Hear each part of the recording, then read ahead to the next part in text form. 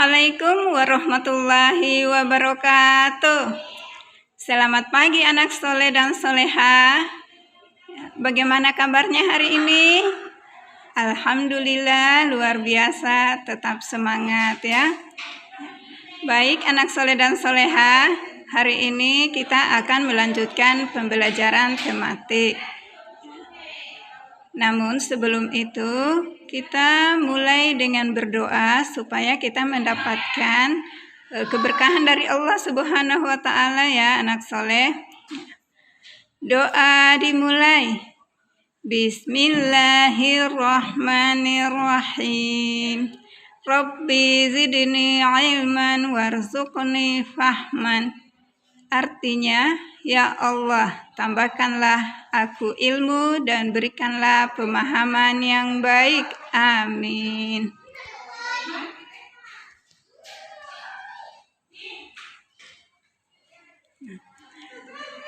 Pada hari ini, kita akan mempelajari tematik ya, dengan tema 8, yaitu daerah tempat tinggalku.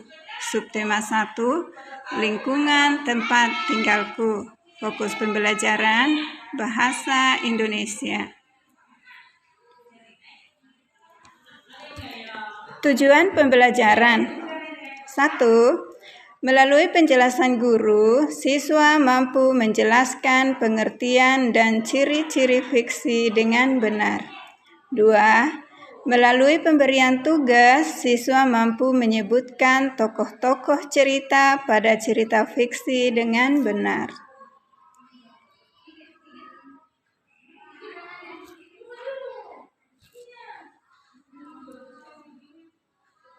Ya. Selanjutnya materi kita adalah menjelaskan teks fiksi beserta unsur-unsur pembentuknya. Anak soleh dan soleha, setiap daerah di Indonesia memiliki cerita rakyat yang menjadi ciri khas daerahnya. Cerita rakyat termasuk salah satu jenis cerita teks fiksi. Jadi, teks fiksi adalah teks yang berisi cerita rekaan atau khayalan yang tidak berdasarkan kenyataan. Contoh, cerpen atau cerita pendek, novel, cerita sinetron, drama, naskah film, dan dongeng. Sedangkan teks non-fiksi adalah teks yang dibuat berdasarkan kenyataan yang sesuai realita tanpa mengada-ada atau benar-benar terjadi dalam kehidupan. Contoh, artikel, karangan ilmiah, skripsi, berita di surat kabar atau majalah, dan laporan wawancara.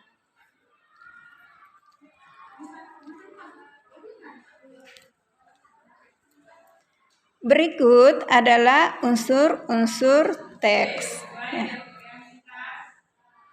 Yang pertama ya adalah tema.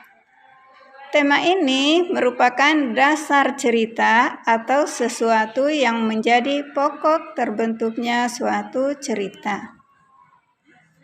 Yang kedua adalah tokoh, yaitu pelaku cerita atau sesuatu yang mengalami peristiwa di dalam suatu cerita. 3. Latar, yaitu keterangan yang menjelaskan keadaan dalam suatu cerita. Latar dalam teks fiksi terbagi menjadi 3, yaitu latar tempat, latar waktu, dan latar suasana. 4. Alur, yaitu rangkaian peristiwa atau kejadian yang terdapat dalam suatu cerita. Dan yang kelima adalah amanat, yaitu pesan yang terkandung dalam sebuah cerita.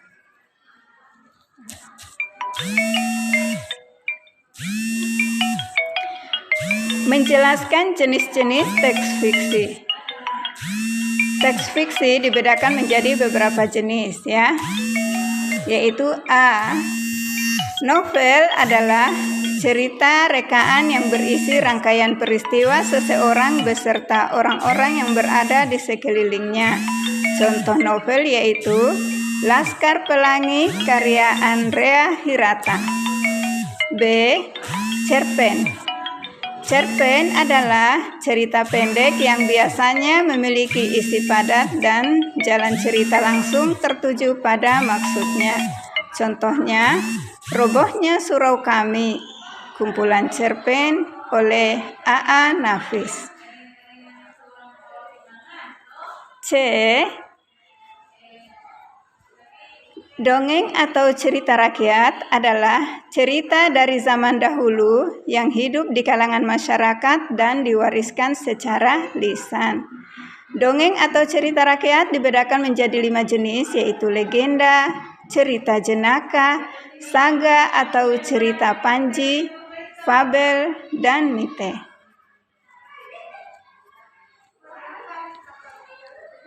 Contoh cerita dongeng atau cerita rakyat. 1. Legenda, yaitu cerita rakyat pada zaman dahulu yang ada hubungannya dengan peristiwa sejarah. Contohnya, asal mula Banyuwangi, terjadinya Gunung Tangkuban Perahu atau Sangkuriang, asal mula Telaga Warna, dan Batu Menangis. Kedua adalah cerita jenaka, yaitu cerita penghibur yang membangkitkan tawa, jenaka, keringan atau sindiran. Contohnya cerita Sikabayan, Pak Pandir, dan cerita Abu Nawas. 3. Saga atau cerita panji, yaitu cerita rakyat yang bersifat legendaris tentang kepahlawanan atau petualangan yang mengagumkan. Contohnya Joko Tingkir, Damar Wulan, Ciung Wanara, Lutung Kasarung, dan Jaka Tarub. 4. Fabel, yaitu cerita yang menggambarkan watak dan budi manusia yang tokohnya diperankan oleh hewan. Contohnya Kancil dan Buaya, Belalang dan Semut, Raja Hutan yang baik hati.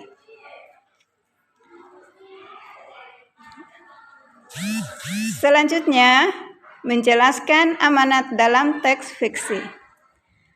Amanat merupakan pesan yang terkandung dalam suatu cerita. Amanat dapat dipahami setelah kita membaca keseluruhan teks. Dalam teks terdapat tokoh-tokoh yang berperan di dalamnya. Tokoh-tokoh tersebut memiliki watak yang berbeda-beda. Ada tokoh yang berwatak positif, ada juga tokoh yang berwatak negatif. Contoh watak positif diantaranya penyayang, rendah hati, baik, suka menolong, dan jujur. Sementara itu, contoh watak negatif yaitu sombong, kikir, dan pembohong. Tokoh yang berwatak positif atau baik disebut tokoh protagonis. Dan tokoh yang berwatak negatif atau tidak baik disebut tokoh antagonis. Beberapa hal yang perlu dilakukan untuk memahami amanat yang terkandung dalam suatu teks. Yang pertama, membaca cerita tersebut dengan seksama. Kedua, pahamilah karakter atau watak setiap tokoh yang berperan dalam teks fiksi tersebut. 3. Watak tokoh dapat diketahui dari penjelasan pengarang cerita dan konflik atau permasalahan yang terjadi dalam suatu teks fiksi. 4. Menentukan dan memahami amanat yang ingin disampaikan oleh pengarang teks fiksi tersebut. Anak soleh dan soleha, perhatikan cuplikan teks fiksi berikut. Ketika ayam-ayam sedang mencari makan di padang rumput, rubah mengendap-endap di balik semak-semak mendekati kandang ayam. Dalam sekejap, Rubah mencuri telur-telur ayam yang ada di kandang tersebut. Rubah segera berlari menjauh ke tengah hutan. Ketika ayam-ayam selesai makan dan kembali ke kandang, alangkah terkejutnya mereka mendapati seluruh telurnya hilang. Mereka menangis sambil berkeliling di sekitar kandang berharap menemukan telur-telurnya.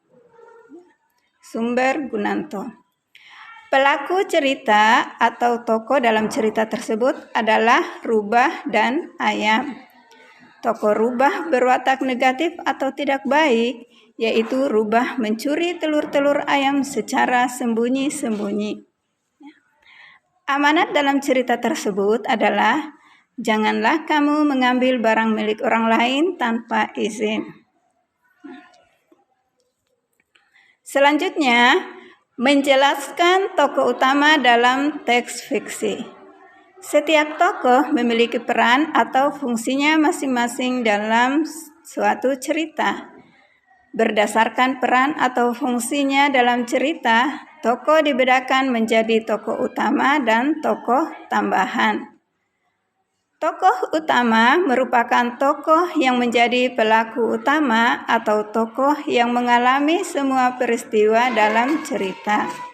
Tokoh utama biasanya akan muncul mulai dari awal cerita, tengah cerita, hingga akhir cerita. Tokoh utama dapat berwatak positif atau baik dan juga berwatak negatif atau tidak baik. Tokoh tambahan adalah tokoh yang hadir sebagai tokoh pendukung dari tokoh utama. Itulah tadi penjelasan dari Ustazah. Selanjutnya pemberian tugas. Tugas Ananda hari ini adalah menentukan tokoh pada cerita rakyat. Itu bisa legenda, fabel, mite atau cerita jenaka dari buku atau dari internet, atau dari internet. Untuk struktur pengerjaan bisa dilihat di buku siswa halaman 28. Baik, demikian Ananda ya. Semoga Ananda dimudahkan untuk menyelesaikan tugas tepat waktu.